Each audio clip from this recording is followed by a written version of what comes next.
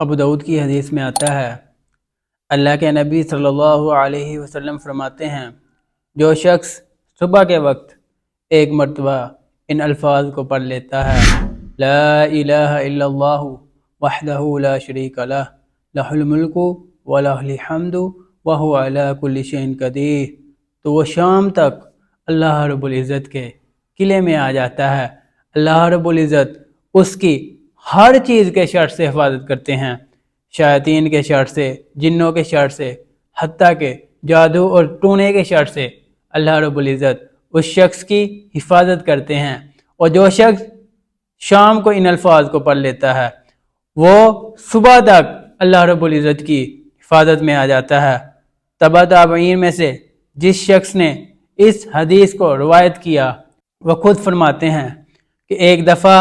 اللہ کے نبی صلی اللہ علیہ وسلم کی خواب میں زیارت ہوئی تو میں نے اللہ کے نبی صلی اللہ علیہ وسلم سے پوچھا، اللہ کے نبی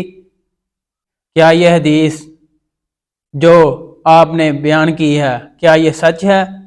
اللہ کے نبی صلی اللہ علیہ وسلم نے فرمایا، جی یہ بالکل سچ ہے، جس شخص نے تم کو یہ حدیث بیان کی ہے وہ اس نے بالکل سچ کہا ہے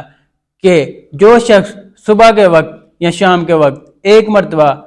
لا الہ الا اللہ وحدہ لا شریک لہ لہ الملک ولہ الحمد وہو علی کل شیء قدیر پڑھ لیتا ہے